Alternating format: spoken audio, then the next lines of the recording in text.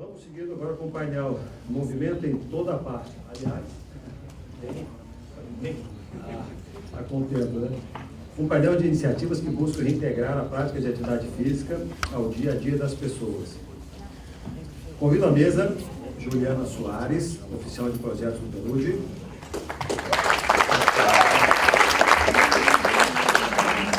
Ramiro Levi, coordenador de projetos do Cidade Ativa.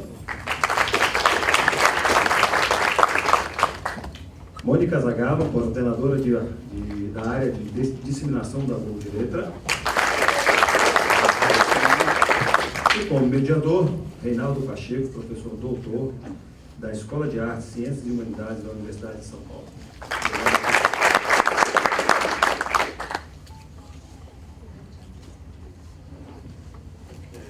Obrigado, Ricardo.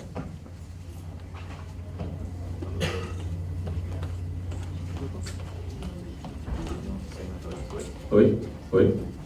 Obrigado, Ricardo. Boa tarde, pessoal. Gostaria muito, primeiro, obviamente, de agradecer essa oportunidade de estar aqui com vocês, da Rede Esporte pela Mudança Social. Um agradecimento especial à Paula, que me trouxe para poder estar aqui com vocês hoje, coordenando esse trabalho. E eu acho que nós vamos ter oportunidade aqui de ter experiências interessantes em debate. E para abrir um pouco esse bate-papo de hoje, eu queria só falar rapidamente sobre essa questão de como a gente tem percebido dentro da universidade também, do lugar que hoje eu estou, né? Não nasci lá, né? Vamos deixar claro isso, né? Tem vários colegas aqui que sabem que eu não nasci lá, né? É importante deixar claro, porque me parece que a universidade às vezes se afasta demais da sociedade, e isso é exatamente o que a gente não quer, né? Uma universidade em si mesmada, alheia ao que está acontecendo. E eu acho que a oportunidade da gente estar aqui hoje é justamente para a gente tentar reforçar esses laços, viu, Ricardo? No sentido de que a ação ela também é produção de conhecimento. Então vocês já fazem produção de conhecimento. Necessariamente a produção de conhecimento da universidade às vezes também é realizada de forma isolada, e no campo social isso é muito ruim. A gente precisa fazer essa aproximação. Então agradeço muito essa oportunidade. Eu falo desde a USP Leste, que é onde eu estou hoje, na Universidade de São Paulo, campus Leste, é um campus bastante diferente do que a USP Butantã. Nós temos lá agora iniciando um programa de mestrado no campo das Ciências da Atividade Física. Eu oriento estudantes lá de mestrado nesse programa, e para vocês terem uma ideia, e é uma coisa que eu gostaria de deixar bem frisado aqui, nós temos tido muita dificuldade em manter dentro da universidade esse campo de pesquisa na área social relacionado ao esporte, atividade física, aceso, né? Com bastante produção. Nós temos dificuldades de ter bons projetos, gente. Tem gente fazendo muita coisa boa e tem pouca gente fazendo pesquisa dentro da universidade sobre essas coisas boas que estão acontecendo. Então, isso me deixa bastante preocupado. A área de educação física tem tomado um rumo de pesquisas extremamente direcionadas à questão, vamos dizer assim, do campo da ciência da saúde e da ciência biológica propriamente. E as ciências sociais no campo da educação física, elas precisam ser valorizadas. Então, eu quero deixar claro que nós, lá na USP Leste, temos espaço para isso. Precisamos de pessoas com bons projetos de pesquisa. Então, estamos absolutamente abertos. Lá, nesse programa, a gente tem uma linha de pesquisa que estuda essa questão do vínculo que há entre a atividade física e a questão urbana, a questão da cidade, a questão dos espaços públicos. Nos últimos anos eu tenho me dedicado fortemente, nos últimos 4 ou 5 anos, a discutir isso e especialmente, um pouco mais especificamente, a questão dos parques urbanos, dos parques dentro de cidade. Mas nós temos feito pesquisas mais diversas com aproveitamento dos espaços públicos, né? Em São Paulo, eu acho que a cidade passou por um momento agora, nesses últimos 4 anos, muito interessante. A gente acabou fazendo uma espécie de balanço disso, né? A cidade se abriu para os espaços públicos e essa ocupação dos espaços públicos levou a gente a observar várias práticas acontecendo, não só práticas de atividade física e esportiva, mas diversas formas de ocupação desse espaço público. O SESC de São Paulo, que tem sido um parceiro bastante importante da gente lá também, fez uma publicação no último número da revista do Centro de Pesquisa e Formação do SESC, está online essa revista, vocês podem acessar, discutindo um pouco essa relação entre lazer, cidade e ocupação dos espaços públicos. Convido a vocês a lerem também esse balanço que está lá. E a gente nada mais está fazendo do que reivindicar o direito à cidade, né? Mas não como um mantra que a gente fica na universidade repetindo, mas de fato entender o direito à cidade pelo que nós estamos vendo de atividades acontecendo, pelo concreto, pela realidade empírica, pelo que está acontecendo de fato, por meio tanto de intervenções de grupos organizados da sociedade civil, como intervenções as mais espontâneas de grupos sociais que não necessariamente são organizados enquanto organizações da sociedade civil, né? Essa apropriação também espontânea dos espaços da cidade, ela é importante. Talvez a gente pudesse até refletir um pouco aqui o quanto a gente tem formado também pessoas para fazerem esse processo de apropriação, né? Então, talvez a não institucionalidade tenha que ser vista também como uma coisa muito importante a hora que a gente observa como os espaços públicos estão sendo apropriados. Mas, de fato, trata-se também de discutir a institucionalidade, a relação entre o Estado, as políticas públicas, portanto, a sociedade civil, terceiro setor, né? E também o papel da iniciativa privada nisso, né? Então, eu acho que é uma discussão importante, acho que vai ter a oportunidade de discutir um pouco mais aqui. Então, agradeço muito. De pronto, então, eu queria passar a palavra, acho que Juliana, né? A Juliana vai começar, e eu queria apresentar para vocês, então, a Juliana, que é oficial de projetos do PNUD e coordena iniciativas ligadas à promoção e reconhecimento do esporte e das atividades físicas como fatores de desenvolvimento humano. É formada em comunicação social, especializada em gestão de projetos e passou por organizações como a Fundação Gol de Letra, a Nike e a Choca Brasil. Então, Juliana, por favor. Obrigada, Rino. Eu vou levantar porque eu tenho uma apresentação. Eu acho que para não gesticular tanto aqui e atrapalhar vocês. Eu acho que falando em conhecimento empírico, né, eu acho que é um pouco o que talvez essa mesa apresente aqui hoje, né? Experiências, testes, tentativas. Eu não sei se meu microfone tá bom? Tá bom? Experiências, testes, enfim. Por onde a gente pode começar para trazer atividade física no dia a dia das crianças?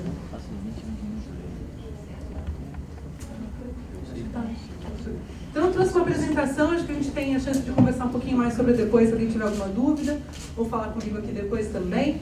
E vou tentar ser... eu sinto que está melhor. E vou tentar ser breve para a gente ter mais chance de conversar do que de ficar ouvindo, né? Então, eu vou apresentar para vocês o projeto Escolas e Comunidades Ativas. Eu estou tendo a chance de falar desse projeto, mas na verdade ele é um projeto com uma série de parceiros. Vou mencioná-los daqui a pouco nas apresentações. Enfim, tenho somente a oportunidade de contar como que o PNUD está enxergando trabalhar com iniciativas que já incorporam atividade física no dia a dia de crianças, né? E trazer mais movimento para a vida, que é o tema desse painel. Se a gente puder passar, ou eu que pego aqui, né? Vamos pegar.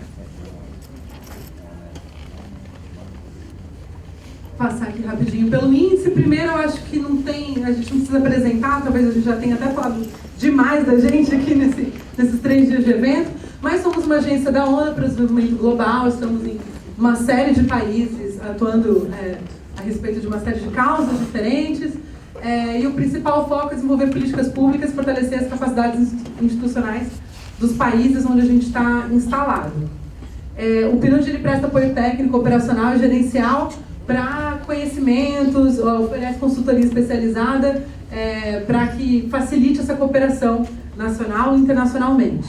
É um pouco do que a gente faz nesse projeto também, trabalhando com parcerias multissetoriais. É bastante importante isso para o PNUD, encontrar formas de alinhar não só as agências da ONU, mas outros setores que também atuam com intenções e objetivos em comum, ou que poderiam estar atuando.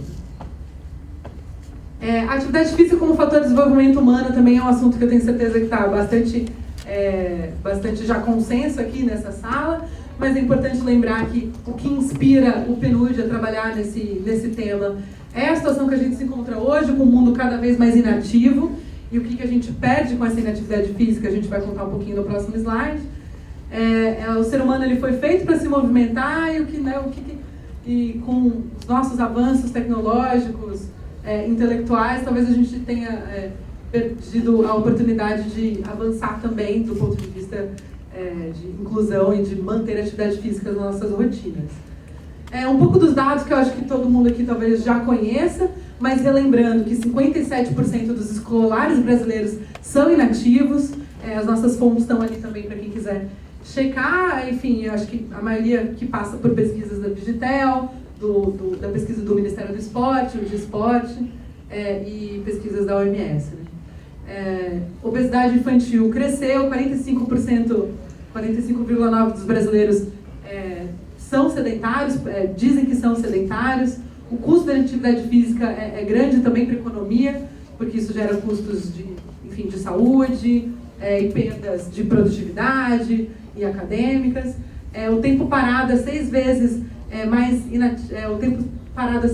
maior do que o tempo ativo, e que a frequência de prática de atividade física nas capitais brasileiras é muito baixa também, e especialmente para mulheres. Quem esteve no painel ontem aqui pode discutir um pouquinho sobre o que leva ao Brasil a ainda estimular menos atividade física para as mulheres, e aí considerando todas as características que isso pode ser composto, né? Então, que situação econômica que elas estão, enfim, funcionando bem rápido é só essa divisão de gênero. E que é na infância que a gente consegue quebrar esse ciclo de inatividade física, porque de fato é um hábito que você desenvolve. No período de 6 a 12 anos você pode encontrar formas de praticar atividade física de forma prazerosa, que faça sentido, que você se sinta incluído, independente da sua habilidade física, motora, ou você já se sente incluído daquela prática porque ela te faz bem e ela te reconhece. Então, por isso que criar experiências positivas com atividade física na infância é fundamental, e que 60 minutos por dia é o tempo mínimo recomendado pela OMS de prática de atividade física moderada e intensa para criança. E se a gente fizer as continhas aqui, é muito provável que a gente não conheça muitas crianças com essa quantidade de prática por dia. Por isso esse projeto foi criado, né? Esse aqui é o projeto piloto, então ele foi implementado por 3 anos, de 2014 até agora, o fim do ano de 2016, com duas metodologias desenvolvidas, em parceria com o Instituto Bola pra Frente, que está ali mencionado como um dos parceiros desse projeto. Também tivemos a parceria do BID, da GIZ, da Nike, da Prefeitura do Rio de Janeiro, tanto a Secretaria de Esporte como a Secretaria de Educação, e da Special Olympics, PNUD também junto nesse trabalho. Nesses 3 anos, esse projeto e essas 2 metodologias foram desenvolvidas em comunidades diferentes do Rio de Janeiro, e sendo de forma bastante aproximada, monitorada e avaliada, para que a gente conhecesse como que em 3 anos a gente pôde, de alguma forma, testar e impactar como professor, e as comunidades possam ter incluído mais atividade física nessas comunidades. Os conceitos norteadores para ambas essas metodologias são esses, né? Educação inclusiva, a neurociência e o processo de aprendizagem, a multidisciplinaridade, o esporte educacional e o desenvolvimento integral.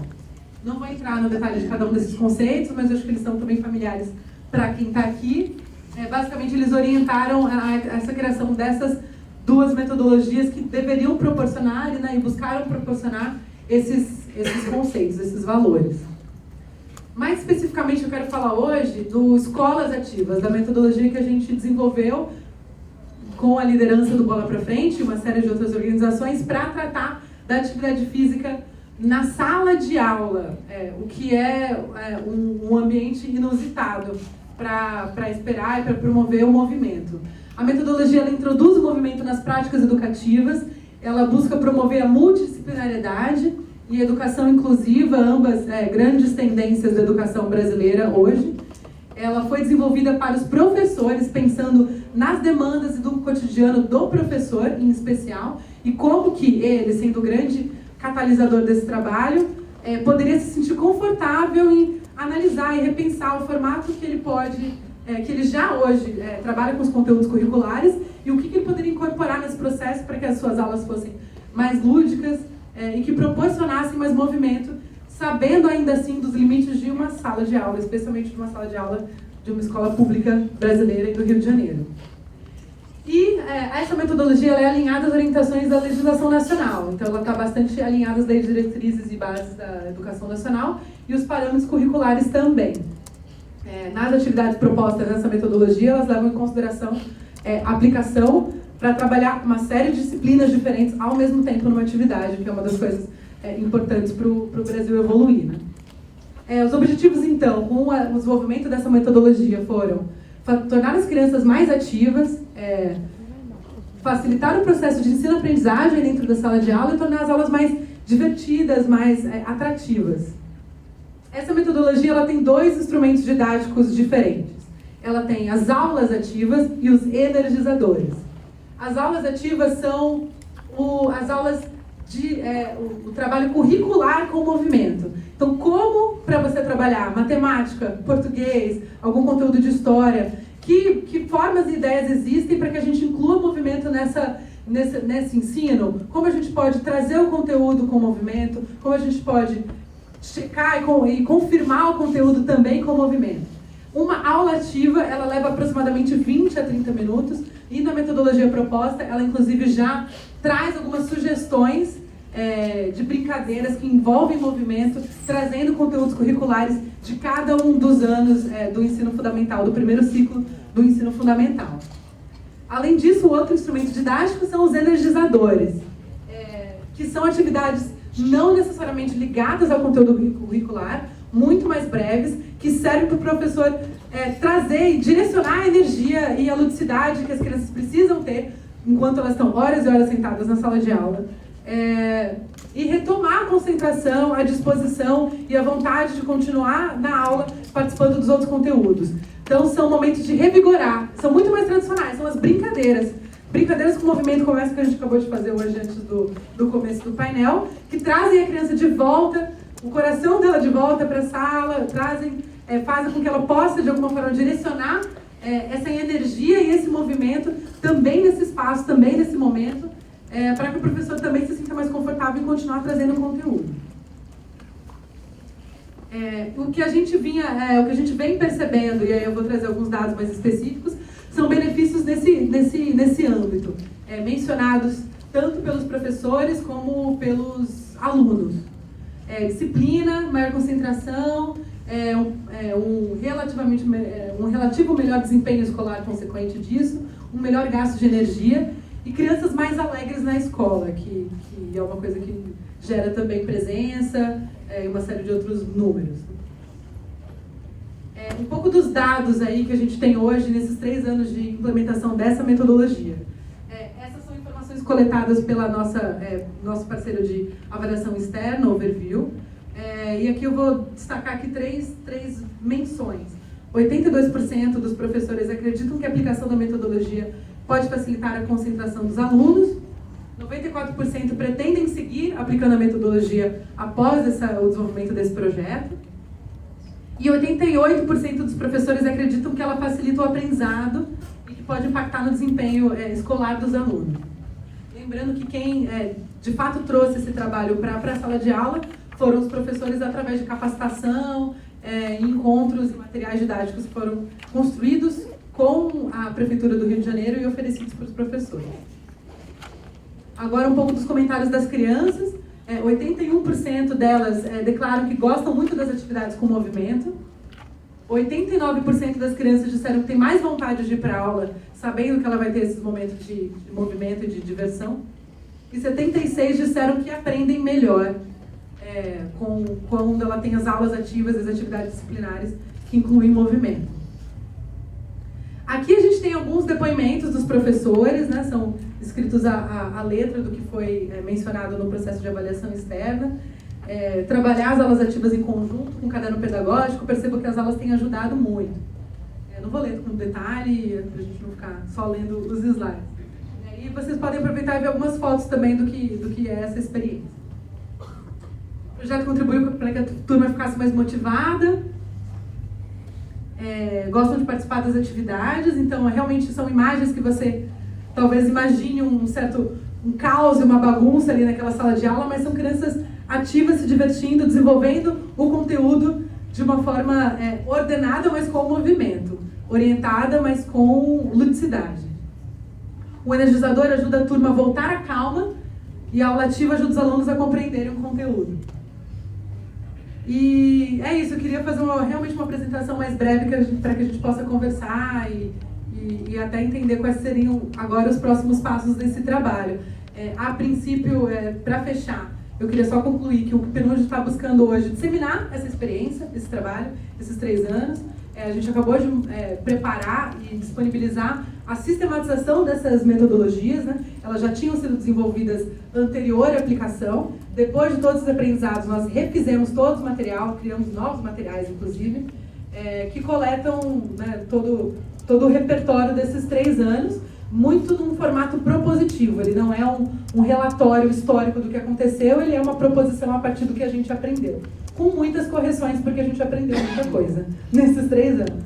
E agora a gente está buscando formas de disseminar, de compartilhar isso com outras prefeituras, inclusive buscar formas de trabalhar em formato de cooperação para que possamos desenvolver um trabalho, inclusive, com multiplicadores, para maior acesso à educação brasileira. É isso, gente. Muito obrigada, viu?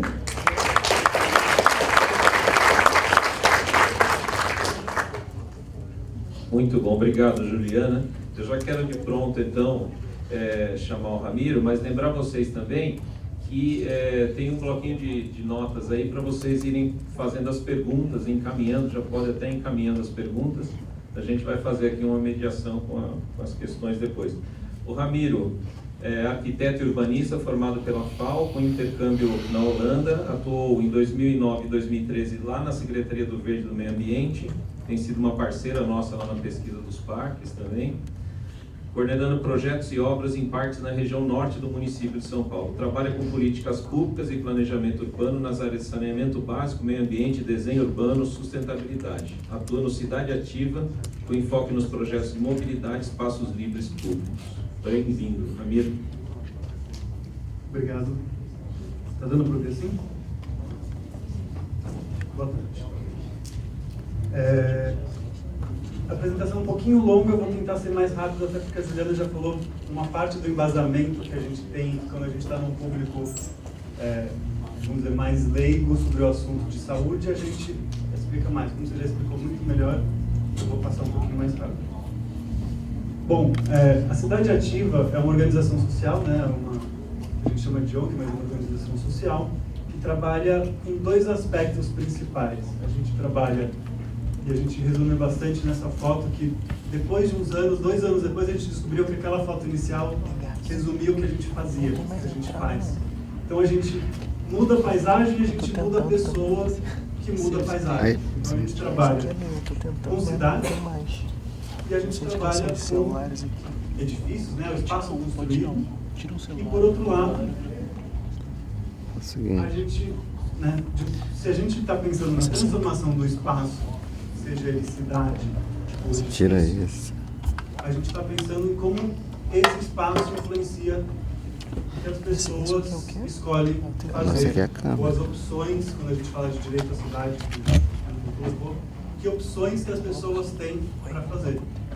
E isso é a base do nosso trabalho. Se a gente influencia o espaço, a nossa equipe é principalmente formada de arquitetos, a gente tem alguns colegas e consultores de outras áreas, mas a minha especialidade é espaço. Como arquiteto urbanista, a gente trabalha com espaço.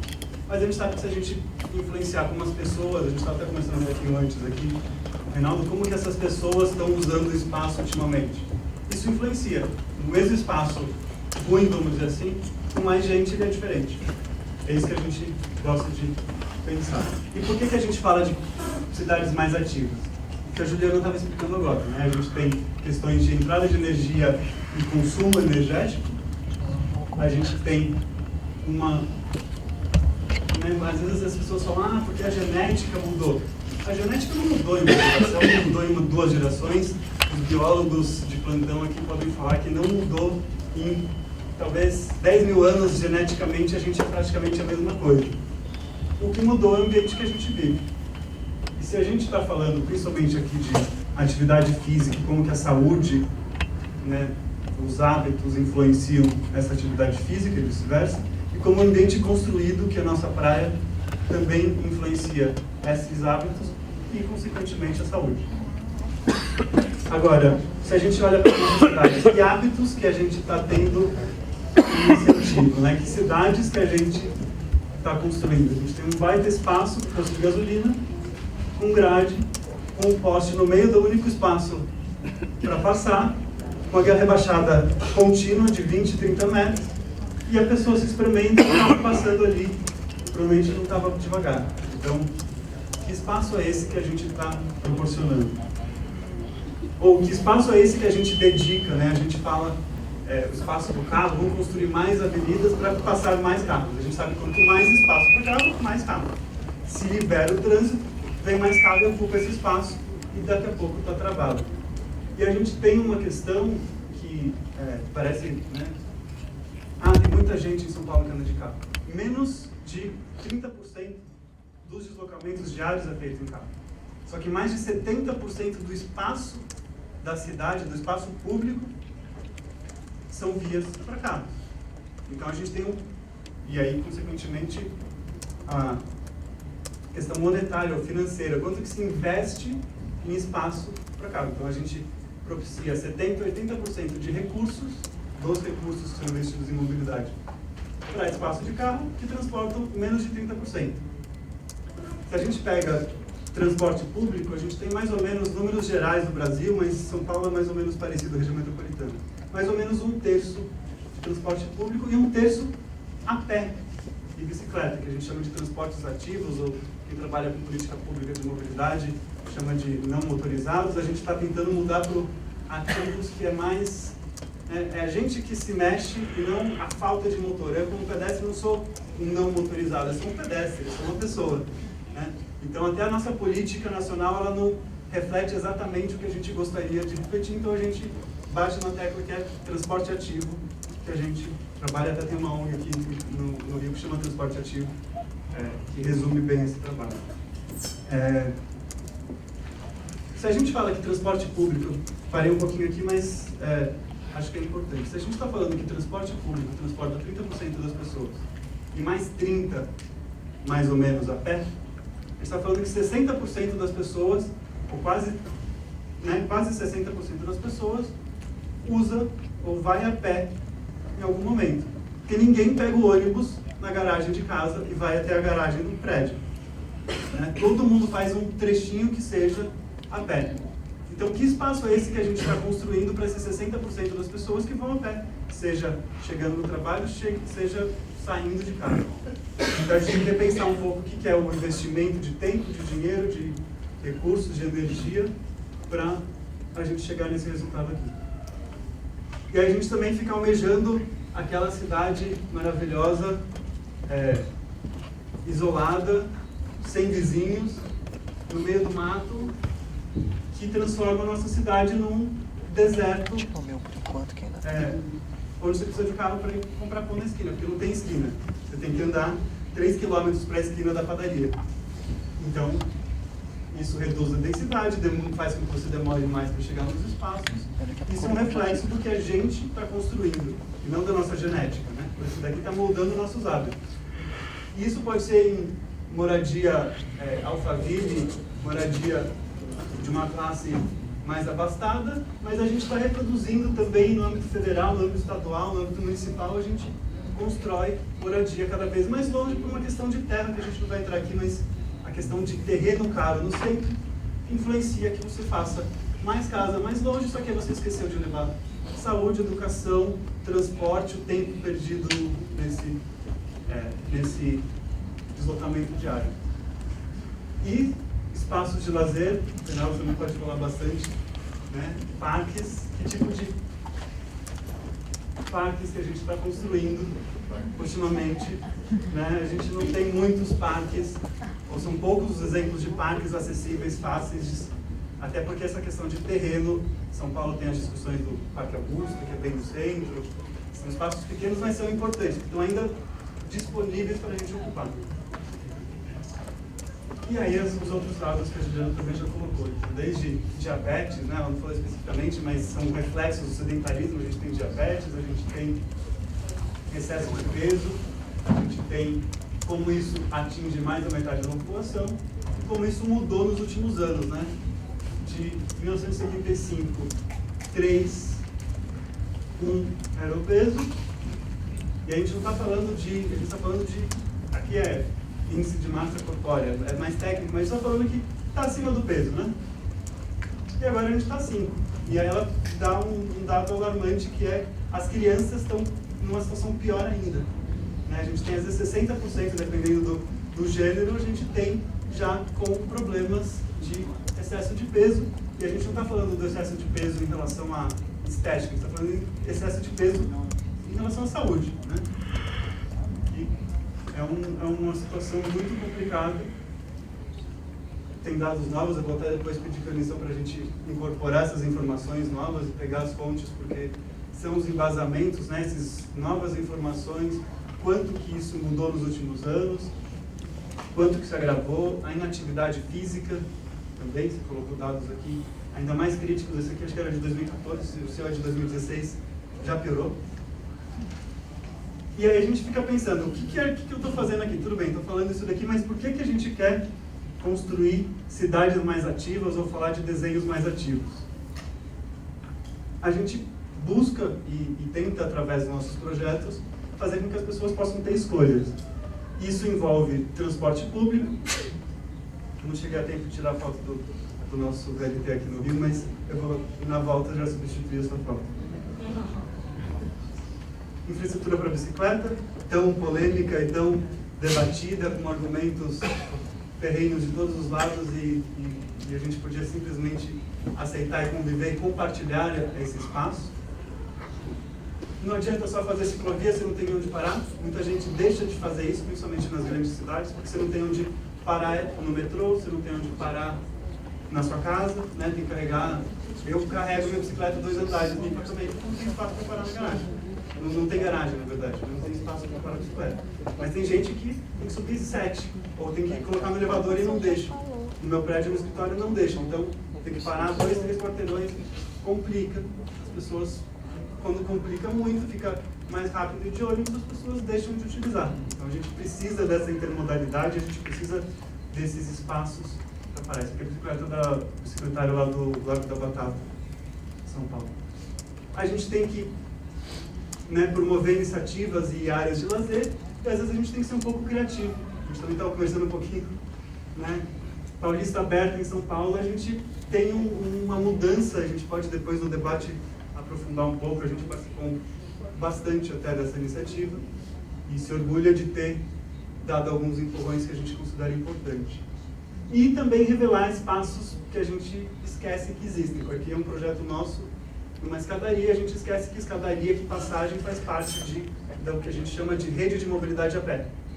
Então, você tem uma calçada ótima, se você não tem uma escadaria que liga um bairro, né, aqui em Santa Teresa ou na Vila Madalena em São Paulo, se você não desce as escadarias, você anda 3 ou 4 quilômetros, aí você não anda, você vai de outro meio.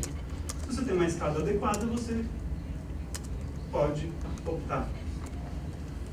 E aí questões mais amplas de cidade. A gente pode falar, né, quando a gente fala de urbanismo e discussões de plano diretor, aproximar a moradia de trabalho e não fazer aquelas casas distantes que a gente viu nas outras fotos. Propiciar, incentivar deslocamentos ativos. Então, essas iniciativas de final de semana também ajudam que as pessoas percebam que não é tão longe assim. E aí, durante a semana, ela vê que demorei só 10 minutos para ir de bicicleta. Talvez eu possa me arriscar, né? As pessoas se arriscam. Ou a gente pode construir, de fato, calçadas com qualidade, e aí a gente tem que pegar os bons exemplos e ver para onde que, né, quais as calçadas que a gente, não tem fórmula mágica, mas tem as calçadas que a gente gosta mais e as que a gente gosta menos. Ou reduzir alguns espaços, principalmente essas ilhas, né, viárias, tem um monte de espaço residual, só para o carro virar mais rápido. A gente pode reocupar esse espaço, aumentar a calçada, criar espaços para os pedestres, para as crianças, e aí isso tem uma interface bastante importante, porque a Juliana colocou também, não adianta, no debate a gente pode aprofundar, mas que espaço dessa escola é adequado para fazer essas atividades? Então, a gente discute qual que é o brinquedão, qual que é o brinquedinho, qual que é o cantinho que não, nem sempre comporta as atividades que a gente acha que são necessárias. Ou espaços, aqui é Oscar Freire, é um espaço chique, bonito, mas ele é agradável. A gente pode copiar isso em outros lugares. Ele tem maior largura das calçadas, tem banco, então você está cansado, você para e senta. Você não consegue andar 20 minutos direto, você para, descansa um pouquinho e continua. Para os idosos faz muita diferença. Mãe com criança, pai com criança, isso ajuda a você conseguir dar um ritmo. Cidades, a gente tem conceitos aí que vem de 1970, Jane Jacobs, a gente fala as pessoas se olharem na rua, né? Ela era jornalista nos Estados Unidos e discutia a importância das pessoas olharem umas às outras e das casas estarem olhando para fora. A gente constrói os nossos condomínios fechados com muros altos, a gente não vê ninguém, qualquer um que aparece na frente a gente está com medo. Porque a gente não conhece, né? É nosso vizinho, a gente não reconheceu, porque a gente nunca tinha visto. E aí, todas essas questões, para a gente, na verdade, elas são a mesma coisa. A saudável, a inclusiva, a resiliente, sustentável, a smart city, elas são o mesmo tipo de cidade. Se a gente for desenhar, ela é a mesma cidade. Tem gente que puxa, chama de uma coisa, tem gente que chama de outra coisa, mas o espaço que a gente está construindo, a qualidade desse espaço, a qualidade dessa infraestrutura para que a gente possa tomar as decisões e mudar os hábitos, é a mesma.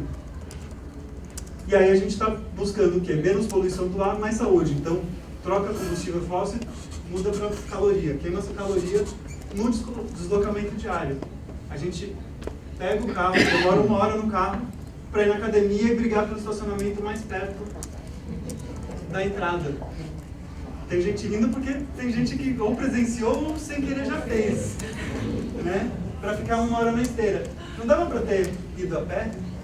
Faz a mesma coisa. Você ainda para, faz outras coisas, muda o percurso todo dia, anda um quarteirão para lá, descobre uma loja, um parque, um banquinho novo, enfim. Isso incentiva tanto o comércio local, como o espaço, essa coisa de ver e ser visto no sentido de sensação de segurança, que é um dos grandes problemas, né? Qual que é o maior problema? 80% das pessoas falam, segurança. A segurança é você conhecer a pessoa ou você estar seguro no meio de mais gente. E com isso a gente precisa ter mais gente na rua. Se a gente está andando do lado de um muro contínuo, sem espaço para você fugir, ou sem enxergar a pessoa que está chegando porque não tem iluminação, ou porque é um calor de matar porque não tem árvore, a gente vai escolher outro meio de transporte.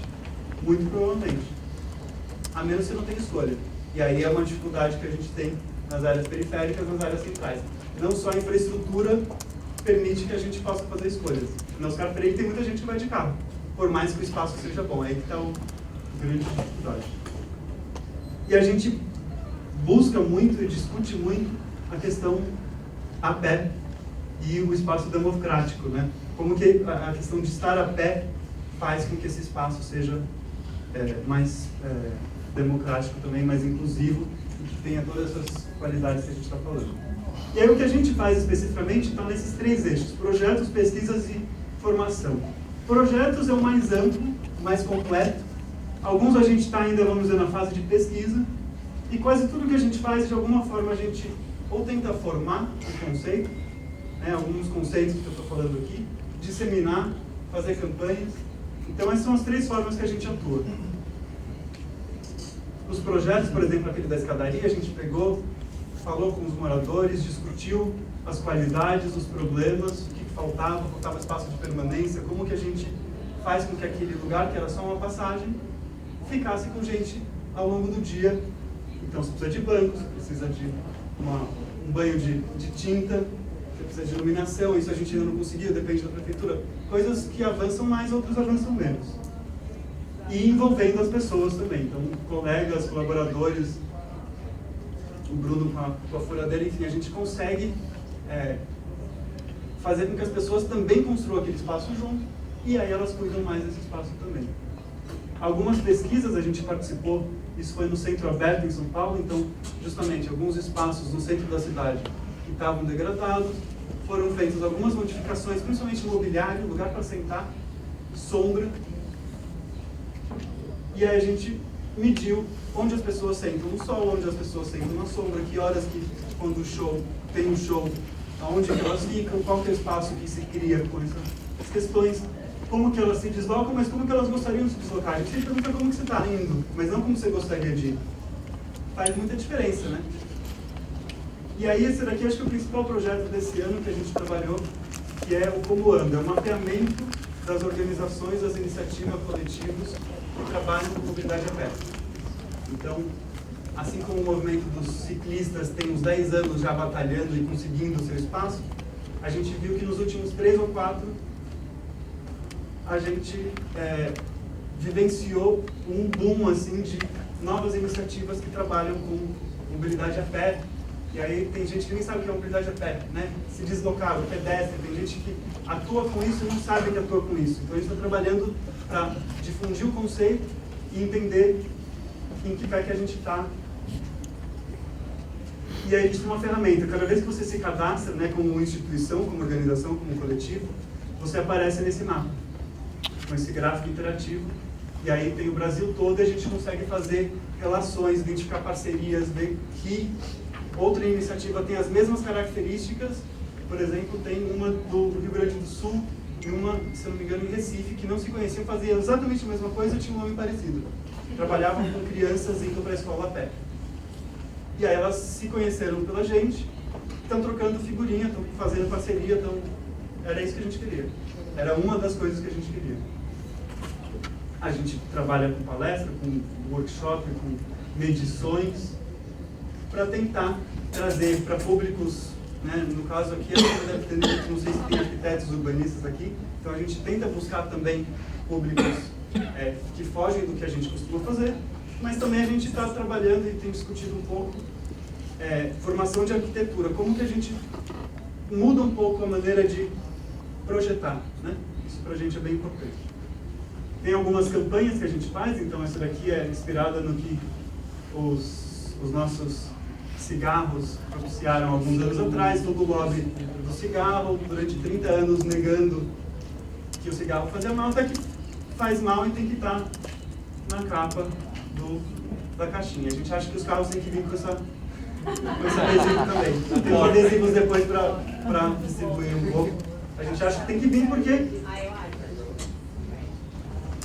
você tem que estar. As pessoas não sabem que causa isso, né? Elas acham que não. Então, se você explica, talvez a gente repense, a gente cola, mesmo que você use o carro todo dia, cola lá e você. Uma vez por semana muda o seu hábito, acho que vai ser importante. Tem o nosso site, tem o blog, a gente tenta, até com o Reinaldo e outros colegas do GEPAP, a gente tenta traduzir questões muito técnicas em questões um pouco mais leigas para disseminar e se apoiar em pesquisas técnicas que a gente, na área de saúde, tem uma deficiência, a gente precisa de parcerias nesse sentido também. Então, faço convite, quem quiser também se aproximar da gente, a gente está super aberto. E só para terminar, falta muito ainda. Tem milhões de ideias, a gente tem várias, a gente não tem tempo, a gente precisa de outras pessoas fazendo ou fazendo junto Então, a gente sabe qual que é a rota mais rápida, a gente não sabe qual que é a rota mais gostosa, mais, enfim, sombreada, mais ensolarada. Tem alguns aplicativos que estão começando a incorporar algumas coisas assim, mas eu acho que falta muito para a gente poder escolher. Hoje eu estou com pressa. Com pressa você vai para um caminho rápido. Hoje eu estou passeando. Desvia e vai para aquela pracinha que eu não conhecia. Do cigarro, isso aqui, a gente tinha essa ideia, a gente já colocou em prática. Tem outras. A gente podia também pensar em semáforos, como que a gente, de fato, isso aqui é uma questão muito técnica, mas por que as pessoas atravessam no sinal vermelho? O pedestre atravessa. Demora 3 minutos para ele atravessar e tem 30 segundos para atravessar. Uma hora o cara se cansa e vai.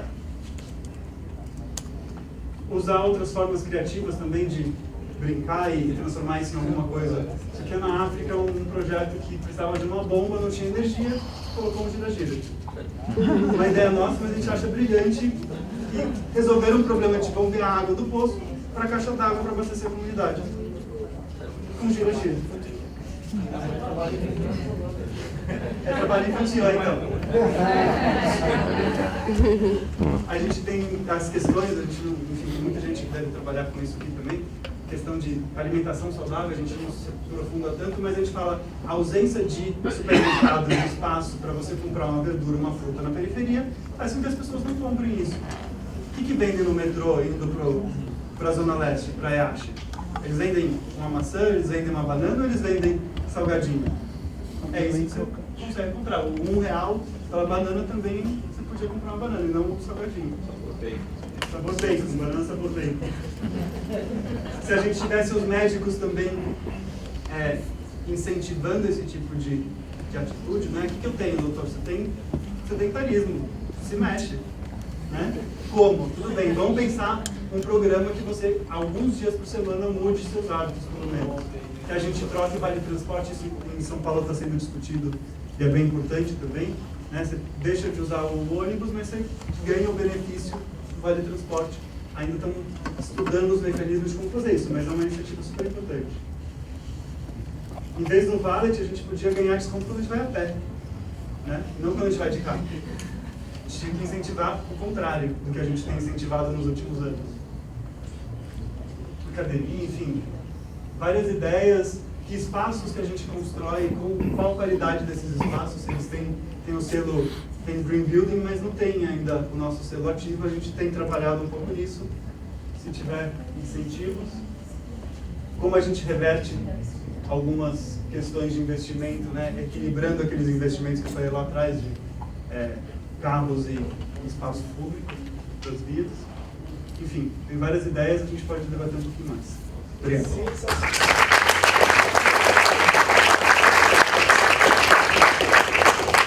Valeu, Ramiro. As perguntas estão chegando aqui, pessoal. Vamos mandar mais aí para a gente aquecer depois o debate aqui.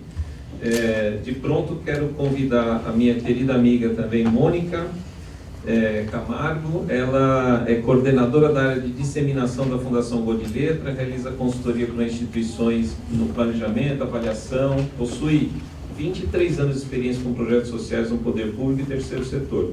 Uma questão que acho que a gente pode puxar bastante para o debate aqui é o papel das políticas públicas nisso tudo também. Atua na elaboração, implementação e gerenciamento de projetos para infância, juventude, família e comunidade. Mestre em saúde coletiva, terapeuta, participa do grupo de estudo Família e Comunidade na Unifesp, fez educação física na USP, autora de livros nessa área de esporte em comunidades, do programa Virando o Jogo lá da Boa de Letra, enfim, parceira também há muito tempo. Obrigado, Mônica. Bom, obrigada pelo convite, né? Fiquei bem contente de estar aqui, conversando com quem eu estou conversando na mesa, mas também com muita gente boa aí na plateia, muitas boas práticas, né? Acho que a gente vem aqui mais para trocar mesmo. Vou falar um pouquinho da Fundação Boa de Letra, algumas pessoas acho que já conhecem, mas é sempre bom a gente está renovando, acho que toda instituição também tem desafios novos, né? O título da minha apresentação é Esporte em Comunidades, que é o título do livro que vocês receberam. Quem não recebeu, por favor, pegue. E eu vou pedir um favor. A gente trouxe uma quantidade significativa de livros. E o nosso objetivo é que esse livro chegue na mão de pessoas que gostem de esporte em comunidades. Então, podem levar mais de 1, 2, 3, tá? A ideia é que chegue na organização da região do Roda Frente, em algum posto de saúde no Recife, né? Na mão de quem, acho que vocês vão saber distribuir, tá bom? Confio na distribuição de vocês e já agradeço em nome da Fundação a ajuda na distribuição, ok? Bom, essa imagem é lá da Vila Albertina, né? É uma foto meio ilustrada. A Vila Albertina fica na zona norte de São Paulo e a Fundação Godileta tem 2 locais de atuação, né? Que é a Vila Albertina em São Paulo e aqui no Rio de Janeiro, o Caju. Tá? Sou eu que tenho que passar.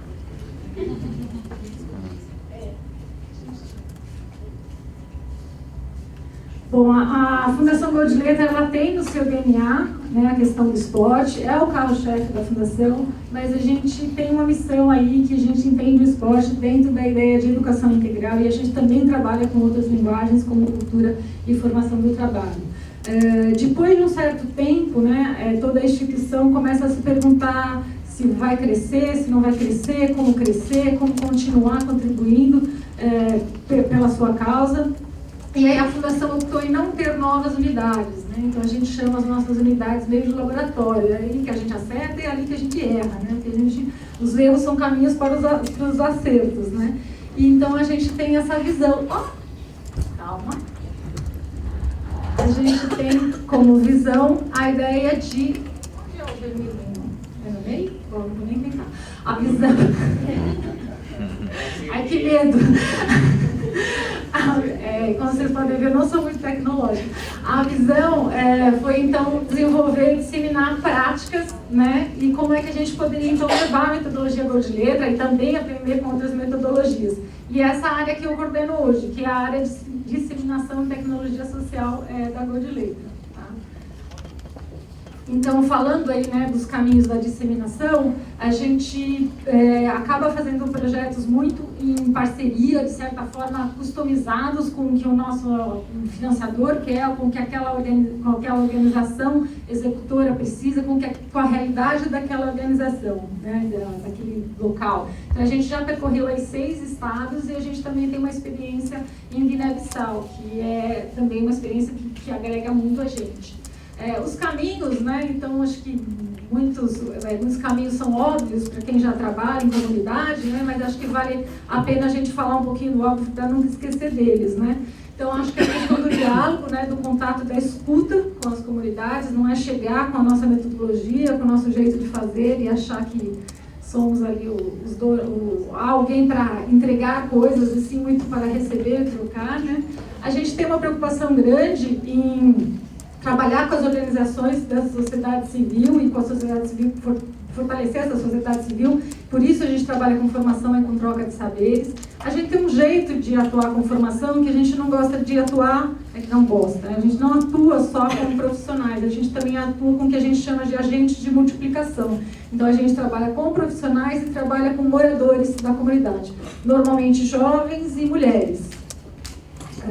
A oferta, então, da prática, né, da metodologia Godileta também está nesse pacote de disseminação, assim como as ações de lazer orientadas aí para a família e comunidade. A gente tem uma preocupação grande com essa questão da autonomia, né, com apoio para a continuidade dessas ações na comunidade. Acho que eu fico um pouco com a fala do Reinaldo no começo, né, de que maneira a gente forma as pessoas para terem ações espontâneas, né, de ocupação de espaço público e de continuidade de uma vida ativa. Então, sem o nosso estímulo, como é que isso se desenvolve? A gente pensa de maneira bastante sistêmica, né? Então, no centro aqui está o direito ao esporte, seja para criança, seja para o jovem, para o adulto. A gente vê uma importância muito grande no papel da família. A gente costuma dizer que a gente trabalha com dupla proteção de direito, ligando educação e assistência social. Muitos projetos nossos são multiprofissionais, então não tem só profissionais da área de educação, mas também o pessoal das assistentes sociais, né, ligados ao serviço social. Eu sempre corrijo para falar serviço social, senão elas ficam muito bravas comigo. Aqui a gente está na terceira esfera, né, tem a questão da mobilização dos atores sociais. A gente tem experiências muito interessantes onde o esporte consegue colocar essa última esfera para conversar de um jeito muito tranquilo, né? Então a gente tem tanto em São Paulo como no Rio que a gente chama de jogos de integração, onde a gente faz um festival de jogos, aí, algo não tão inédito assim como muitas pessoas, mas a gente procura trabalhar numa estrutura que depois do festival essas pessoas continuem se falando, né? Então a gente fez alguns grupos focais, algumas entrevistas e verificou que diretores de escola que mal se conheciam, né, após esse nosso trabalho de colocá-los em reuniões para conversar coletivamente, acabaram desenvolvendo outras estratégias. Acho que outras pessoas citaram exemplos parecidos, né, de que você mesmo acabou de citar, né, de que conseguiu era Recife, né, com o Rio Grande do Sul, conectar Recife com o Rio Grande do Sul. Acho que essa é sempre uma proposta de todos nós, né. A metodologia Gordileta se resume aqui, né, de maneira didática, digamos assim, a essas 3 esferas, né? Então todos os nossos programas têm que ter essas 3 palavras-chave, né? Então, proporcionar aprendizagem, seja, né, na ideia de ampliação do repertório cultural, esportivo e educacional. A gente tem essa preocupação grande com a questão do conviver, né? Desenvolvimento de valores, de regras de convivência. Acho que muito do que a gente teve hoje pela manhã com o pessoal, né, do treino social, e a questão da multiplicação. Para a gente é muito importante, em todos os nossos programas, que a gente tenha a formação de multiplicadores de conhecimentos e atitudes. Essas palavrinhas ao redor, né, são ao que se conecta. Então a gente vai trabalhar muito com educação de pais. A Thaís, uma vitória leva a outra, né? Ela comentou um pouco que eles também trabalham com educação de pares, não é uma exclusividade da Gordileta, né? A gente trabalha com educação de pares com jovens monitores esportivos, com as agentes sociais, que são mulheres da comunidade. A gente tem um carinho muito especial por esse projeto. Não são mulheres jovens, são normalmente as mães, né, próximas ao projeto. E elas, na verdade, só elas sabem onde é a viela A, a casa C, elas são realmente os olhos da Fundação Gordileta, e elas promovem o intercâmbio, né, e elas trazem informações que a gente jamais teria não sendo daquela comunidade. Então a gente trabalha bastante com essa questão de educação de base. Educação educacional, então, está muito casado, né, com a ideia de aprendizagem, e esporte de participação também está muito casado com a ideia da convivência. Quando a gente estudou matemática, né, então os conjuntos possuem intersecções, certo? A gente acredita no esporte, acredito que todo mundo que está aqui nesse auditório também, né? Então acho que a gente vê que a questão do fenômeno cultural, do direito social e de ser essencial para a qualidade de vida é uma coisa que talvez seja um pilar um pouco mais fortalecido, né? A gente tem já um senso comum sobre isso. Não, faz bem para a saúde, não. O futebol é um fenômeno sociocultural, né? Então acho que a gente tem isso mais no nosso dia a dia e na nossa fala. Então a gente tem trabalhado muito com essa ideia de estimular essa fala, né, do esporte como elemento transformador de pessoas e comunidades. Então a gente vem muito com esse desafio, né? E aí, falando do tema, né, da nossa mesa aqui, mobilização comunitária e ocupação de espaços públicos, então acho que é só resgatar, né, o que todo mundo sabe, mas que de repente ainda não é um senso comum, que a ocupação dos espaços públicos, acho que o Ramiro traz uma questão dos espaços seguros, não só, né, o Sou da Paz também trabalha um pouco nessa linha, né, também gosto bastante da ideia de que como se misturam também as relações de ocupação de espaço público com prevenção de violência, dependendo de onde você está. Eu sempre falo essa frase, mas é bem significativa para mim. Se construir uma quadra nos jardins é direito ao esporte. Se construir uma quadra na periferia é prevenção de violência. Isso ainda é uma realidade, né? A questão, então, da promoção de cultura de base, do incentivo à convivência democrática, acho que pega naquele eixo da convivência que eu apresentei agora há pouco, né? Experimentação do direito ao esporte e lazer. A questão da mobilização, que eu dei o exemplo, né, dos jogos de integração, que então estimula esse trabalho colaborativo. Acho que tem uma coisa que quando você trabalha com escuta, você não vai fazer só o que você imaginou que ia fazer, você vai fazer outras coisas, porque você vai ter que acolher os interesses dessa comunidade. E a questão do respeito à diversidade, que acho que foi bastante, foi uma temática bastante forte, né, nesses nossos 3 dias aqui. Então aí mais uma afirmação, né? O esporte tem tudo para se tornar elemento-chave da transformação de uma comunidade. Essa é uma foto de uma rua de lazer moça, acho que em 1990 a gente vinha, né, com o ECA, vamos tirar as crianças da rua, e acho que agora a gente está no contrário, vamos colocar as crianças, as famílias na rua, né? Não tem jeito, acho que quando a gente fala de periferia, a gente sabe que os nossos... Meu Deus, eu estou com o dedo nervoso aqui, gente. Peraí. Ó, tá.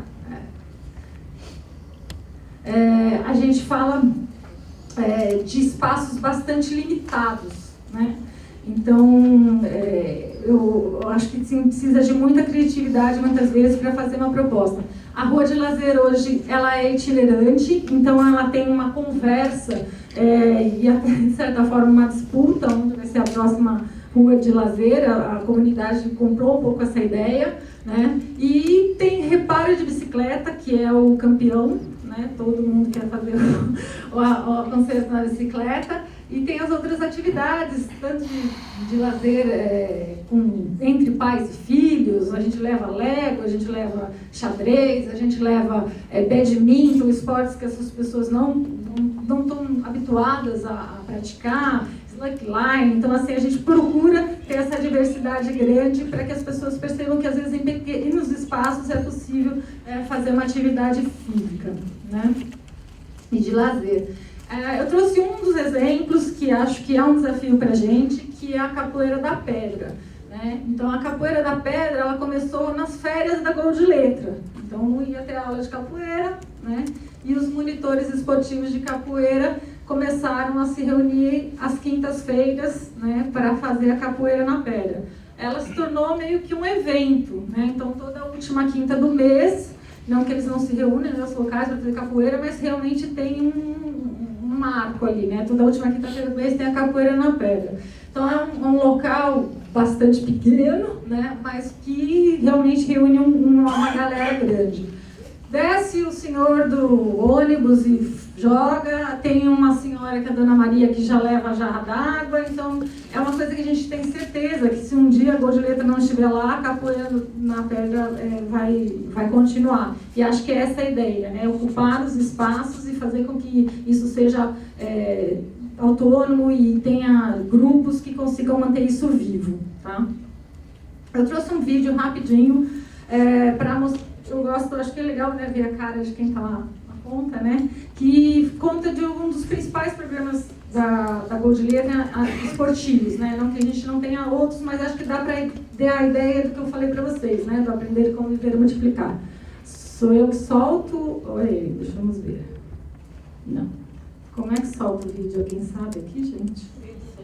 Ele solta. Então, ele solta. Solta. Oi! Segunda depois do almoço.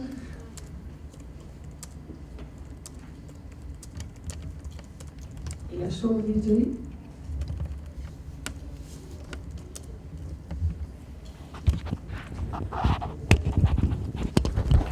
Tem já vários, você viu, né?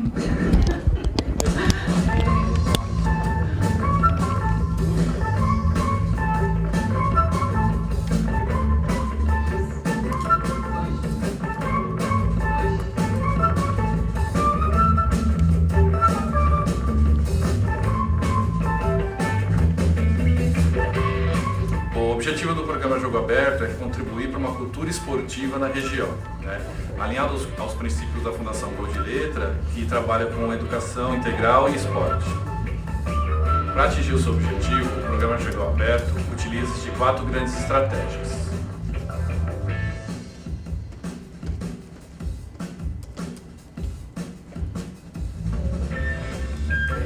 As crianças que vêm para cá para o Jogo Aberto não só aprendem o esporte, mas sim o respeito em si, respeito ao próximo.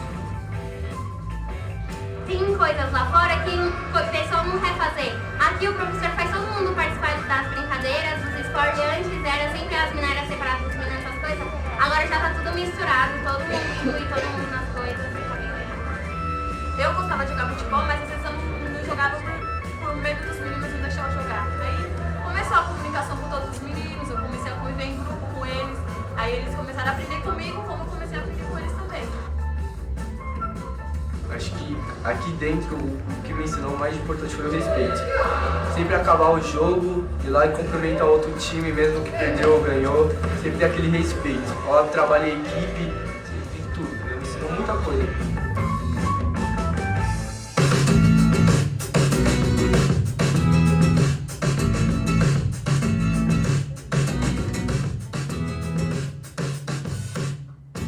A formação dos monitores acontece também com os educadores. Então, eles atuam no dia a dia dos educadores em todas as atividades do programa.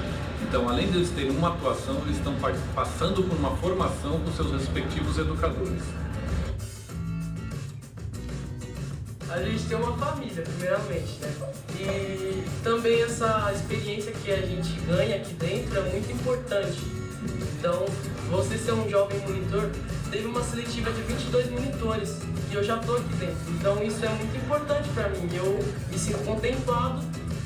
As criançadas te vê assim, não, a tia do jogo aberto, a tia do cor de letra. Então, isso é muito bom. Tem criança que fala, não, quando eu crescer eu quero ser igual você.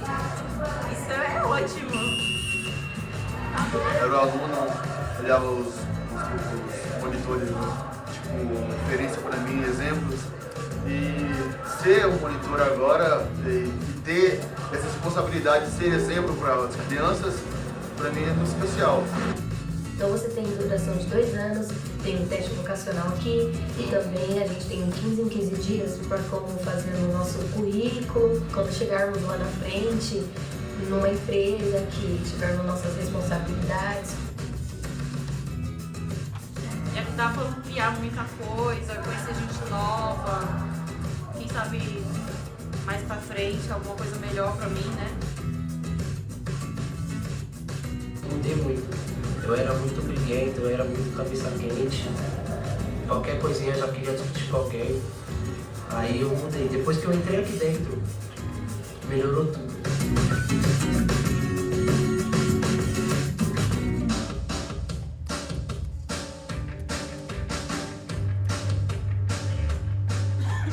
O Gol de Letra ele oferece a oportunidade das crianças que não conseguem vir até o NED, que é o local onde praticamos esportes, de estar indo até as escolas que elas estudam.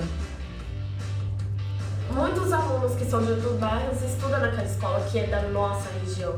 E eles proporcionar essa atividade, mostrar o trabalho da Voz de Letra lá nas escolas, porque o esporte que a gente faz aqui é educacional. A partir do momento que a divulgação foi feita numa reunião de pais, onde estão reunidos professores, gestão e alunos, alguns alunos também participam dessa reunião. E o representante do GOL, fazendo essa divulgação, passou eles confiar. Esses alunos já estão mais comprometidos com a escola. Então é uma parceria muito importante. Participo do João Ramos. O João Ramos ele tem a modalidade de futebol, de ginástica e dança. Também estou no Leônio das Pais e lá tem capoeira. E na escola ninguém oferece isso. Eles entram com 180 alunos aqui, saem como se nada tivesse acontecido na escola. E é legal porque são crianças de várias escolas. Todo mundo brinca junto. Eles dão conta de tudo, absolutamente tudo, sem nenhum problema.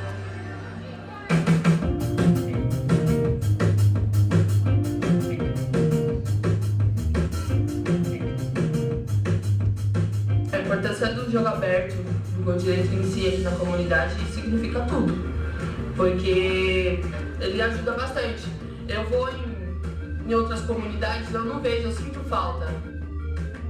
A gente está sempre querendo trazer a comunidade para mais perto. Porque a comunidade antigamente era muito violenta, não tinha onde as crianças ficavam, as crianças ficavam na rua.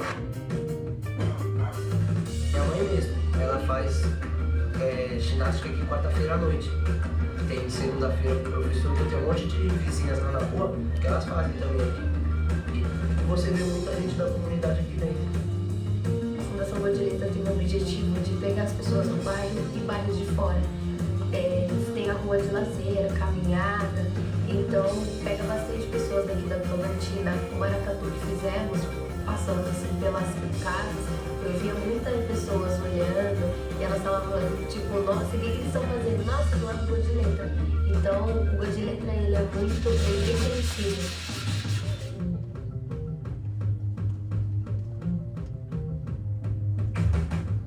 Uma oportunidade de integrar junto com o pessoal que a gente também não conhece, né? Então, aí foi a oportunidade de a gente estar conhecendo também os amigos dele, né? Da fundação.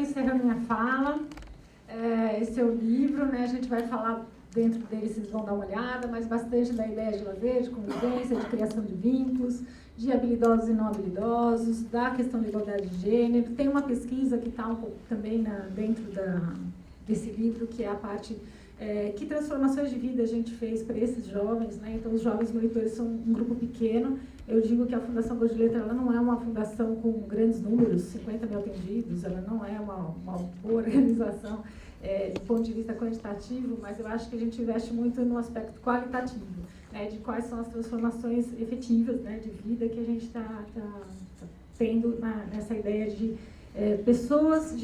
outras pessoas de referência positiva dentro daquela comunidade, né? Então, mesmo sendo 12 mulheres a cada 2 anos, a gente já tem hoje 100 mulheres que são capacitadas lá dentro como lideranças e, portanto, referências para a comunidade. Eu estourei meu tempo já, provavelmente, né? Então, muito obrigada, gente. Convido os colegas, então, para a mesa, a gente animar um pouco o debate aqui. A gente tem 15 minutos, eu acho que é um tempo pequeno, mas dá para a gente abordar aqui algumas questões. Então, vamos lá. Já tinha separado aqui as primeiras questões que foram chegando. A Paula Corsacas, ela pergunta para o Ramiro, sobre essa questão do uso dos espaços públicos, especialmente correr na rua, caminhar, né? Ela queria que você comentasse um pouco essa questão da segurança, na medida em que, por exemplo, as mulheres, quando iniciam corrida de rua, acabam abandonando a prática por sofrer assédio. E pessoas que se arriscam, às vezes, em usar a bicicleta, ou acabam deixando de usar a bicicleta por medo de violência, né? Furto e tal. Então, caminhos possíveis para tentar resolver essa questão.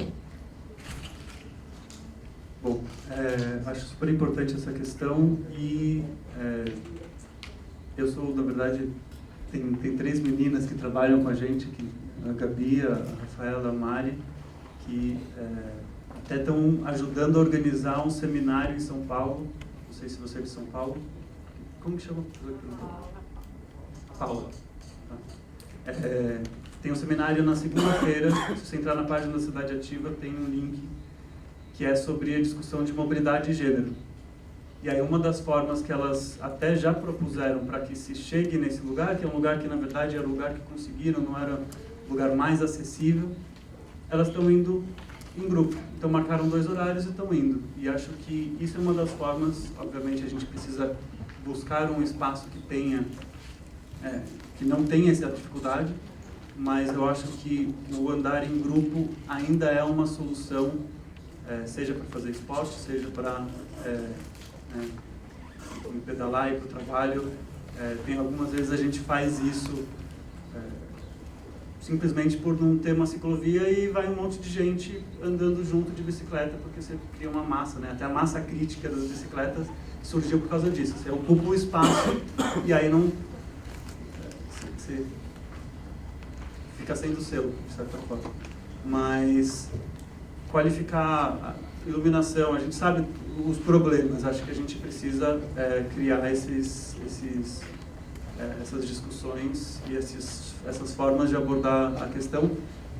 Na segunda-feira eu tenho certeza que eles vão trabalhar bastante nesses aspectos com muito mais propriedade do que eu.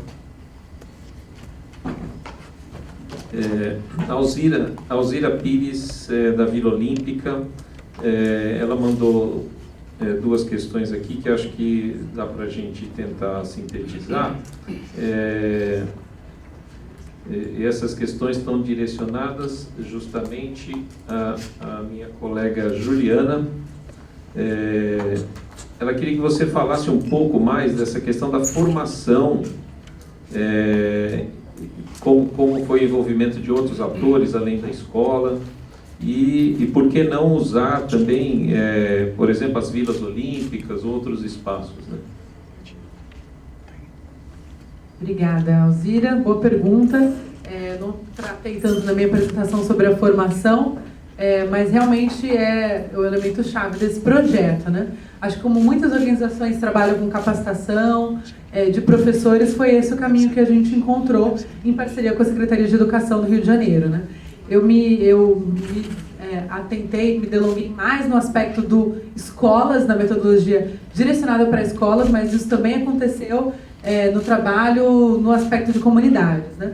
O trabalho de formação foi, junto com a Secretaria de Educação, a oportunidade dos professores voluntariamente se vincularem ao projeto. Essa foi também uma palavra-chave muito importante no projeto, né? Então, as CREs indicaram escolas em suas comunidades que elas acreditavam ter um potencial de aplicação desse projeto. Nossa equipe ia e foi até as escolas para oferecer a oportunidade de se vincular ao projeto, e a adesão foi voluntária, inclusive nenhuma remuneração envolvida. E esses professores e professoras, incluindo professores de educação física, para que se sentissem contemplados e cientes do trabalho da atividade física também dentro da sala de aula, foram até as formações que foram oferecidas. A gente aprendeu, inclusive, nessa experiência que mais capacitações são necessárias e que formatos a gente pode ter no futuro para proporcionar capacitações sustentáveis do ponto de vista financeiro também, porém humanas, né, e que muitas vezes requerem uma presença nesse trabalho. Mas através dessas capacitações, a equipe especializada, que foi o Instituto Bola para Frente, trouxe, trabalhou e desenvolveu essas metodologias junto com os professores e professoras, e a partir de então, os professores passaram a, de novo, incluir voluntariamente essa metodologia no seu trabalho, no desenvolvimento da sua atividade. E aí começa o trabalho de monitoramento. Tanto o monitoramento do ponto de vista científico, para acompanhar os dados e o desenvolvimento, mas principalmente o monitoramento, nesse caso, relacionado à capacitação. Uma pessoa vinculada com conhecimento do projeto mensalmente em reuniões com cada um desses professores voluntários. E aí a gente foi fazendo o acompanhamento desse trabalho e o fortalecimento dessa experiência ao longo desses 3 anos. Então, acho que respondendo a parte de capacitação, é um pouco nesse caminho que a gente trabalhou. Acho que o desafio agora como pensar num modelo onde a gente possa trabalhar com desenvolvimento e capacitação cada vez mais incluindo na criação dessa, ou pelo menos adequação dessa metodologia, o próprio professor e a própria gestão escolar. Eu acho que isso foi uma coisa que foi desenvolvida no projeto, mas que pode ser muito mais aperfeiçoada em experiências futuras. E acho que esse é o principal desafio do trabalho da capacitação hoje, que eu imagino que quem trabalha aqui com formação também encontra. Para finalizar, a questão das comunidades é fundamental e necessária, é o segundo escopo do projeto piloto que a gente apresentou aqui, e ela também foi feita, e as comunidades onde essas escolas estavam instaladas também ofereciam e tiveram uma oferta de atividade física diariamente no contraturno escolar. O objetivo inicial era que as crianças que estivessem nessas escolas também participassem desses espaços. A costura disso é super complexa e também foi um aprendizado que a gente teve. Também, é verdade. Então, enfim, a gente não tratou tanto da questão de comunidades aqui, justamente para poder dar luz e foco para quem tem 23 anos de experiência, 26? Quantos foram? Em comunidades. No seu currículo tinha 20 e poucos.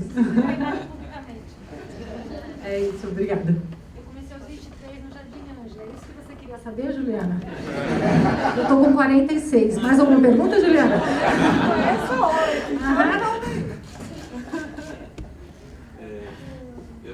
Eu já passo para a Mônica também, porque tem uma questão aqui também da Alzira. A Alzira colocou questões muito pertinentes aqui, com essa questão da capacitação, sugerindo assim, eu vejo que há aí uma perspectiva de diálogo mesmo entre os projetos, né, todos eles. E como que você, Mônica, vê essa questão da capacitação, esse trabalho com jovens, como que você acha que pode ser multiplicado, especialmente essa questão da formação dos jovens monitores? Eu acho que isso é diferente, é encantador também, então eu gostaria que você falasse um pouquinho mais. Bom, a gente tem um xodó bem especial por esse programa, né? Ele, na verdade, inspirou aí, em parceria com o Centro Paula Souza, um curso técnico hoje, né, pela ETEC de Esportes em São Paulo. Há um formato que não foi fácil, né? A construção coletiva, ela sempre demanda muito trabalho dos dois lados, né? E hoje a gente tem um curso técnico na ETEC de Esportes, não sei quantos de vocês conhecem, que é um fruto da parceria entre o Centro Paula Souza, né, ligado ao governo do Estado de São Paulo, e essa experiência com jovens monitores. Não tem só flores, eu acho que vale a gente colocar um pouco dos espinhos, né, para ver como a gente precisa repensar algumas relações. A gente tem algumas dificuldades com o MEC, a gente tem algumas dificuldades com o CREF, né? Acho que os profissionais de educação física precisam pensar, né, que outras profissões possuem os técnicos de enfermagem em níveis diferentes de formação, mas eu não sei, às vezes, o que está, né, por onde a gente esbarra, que a gente não consegue avançar nesse sentido. Sei que toquei no assunto delicado, né, mas vou voltar para a ideia da formação dos jovens. E acho que a ideia central, né, da formação de jovens, que eu já coloquei bastante, é a gente perceber as transformações de vida vão exatamente além, né, das questões do aspecto esportivo, né? Então a gente acaba contribuindo aí para um projeto de vida, né, desses jovens, e acho que isso é algo realmente significativo. Eu queria tocar um pouco nesse assunto da rede de capacitação. Acho que a Alzira... Cadê a Alzira? Legal. As questões que você colocou muito pertinentes no sentido da capacitação e dizer também o compromisso que, pelo menos eu vejo no meu trabalho cotidiano hoje com a universidade, de fazer de fato funcionar os núcleos de extensão, né? Isso também é um projeto importante da gente fazer em parceria com a universidade. As universidades públicas, elas têm o dever de devolver à sociedade, por meio dos projetos de extensão, esse tipo de conhecimento, né? Então, isso pode muito bem ser feito também com a participação da universidade, né? Elaborar aí propostas, então, de cursos de extensão, em que a gente trabalhe um pouco essas experiências todas, né? O Ricardo, ele fez, acho que, uma provocação aqui para o Ramiro, mas eu vou comentar que eu achei engraçado. Por que não fazer uma campanha, então, que o cano de escape do carro fique para dentro? Então, foi a provocação aqui do Ricardo. A gente já está com o horário estourando aqui. Eu vou ser bastante rigoroso com isso, porque me pediram bastante. E a gente tem 2 minutos para encerrar. Então, eu queria passar só para vocês, para fazer uma fala final. Mas eu quero colocar também a questão do Nicolas. Cadê o Nicolas? E eu quero que vocês explorem também isso nessa despedida aqui dessa mesa, né? Porque, de fato, são questões que sempre me intrigam, essas que você coloca, né? O que a gente entende, de fato, por mudança social, né? A gente discutiu um pouco isso ontem também, não sei se você estava aqui, né? Que sociedade que a gente imagina, né? Que sociedade que a gente imagina, que tipo de mudança social que a gente imagina, tendo esse momento político que a gente sabe, de fato, que estamos passando por um golpe, né? Então isso precisa ficar bem claro também. As políticas públicas têm um papel importantíssimo nisso tudo que a gente está discutindo, e o país está passando de fato por um golpe de Estado, né? E talvez um golpe dentro do golpe agora, né? Então A gente precisa refletir um pouco sobre isso. Eu gostaria então dessa última fala de vocês também tocassem um pouco nisso. Esse microfone está até pegando fogo aqui agora. E eu recebi mais uma pergunta para incluir na minha resposta, então eu tenho uma tangente aqui. Uma batata quente para a ONU, eu não vou pegar ela não. Então, primeiro, o material que eu apresentei, ele vai ficar disponibilizado, é uma pergunta real, vai ficar disponibilizado a partir de janeiro no site do PNUD, vocês vão poder acessar. Versões em PDF completas, disponíveis e acessíveis. Exemplares, poucos a gente está imprimindo, mas quem tiver interesse em exemplares físicos, entre em contato com a gente também. Enfim, mudança social, eu acho que é uma pergunta para a REMS responder. Eu acho que, inclusive, fazendo parte da Rede Esporte pela Mudança Social, a gente sabe que essa é realmente uma pergunta em vogue, né? Mudança social, realmente a gente encontra formas de garantir oportunidade e gerar desenvolvimento humano. Representando aqui o PNUD, respondo dessa forma. Mudança é relativo, social é relativo, mas a gente sabe que os valores intrínsecos a essa expressão mais qualidade de vida, mais acesso a direito, enfim, e mais justiça. Então, sem dúvida, é isso que o PNUD enxerga com relação à mudança social, é por isso que o PNUD fundou, junto com demais parceiros, junto com a ANAC, a Rede Esporte pela Mudança Social.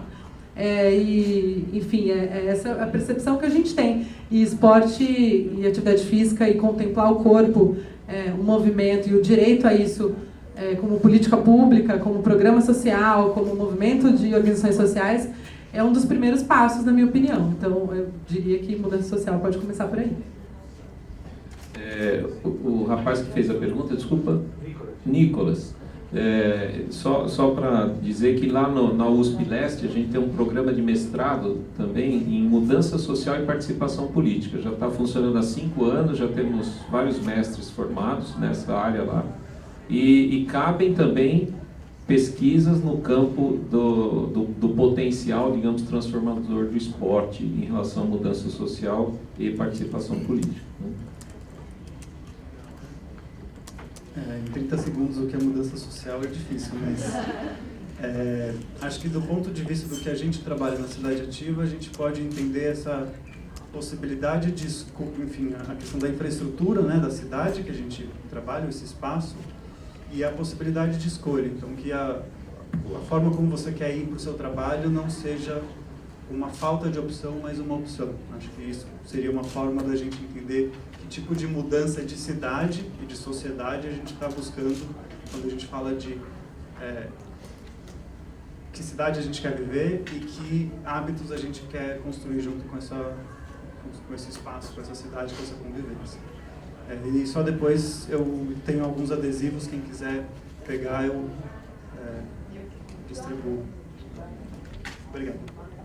Eu já ganhei o meu aqui. Obrigada.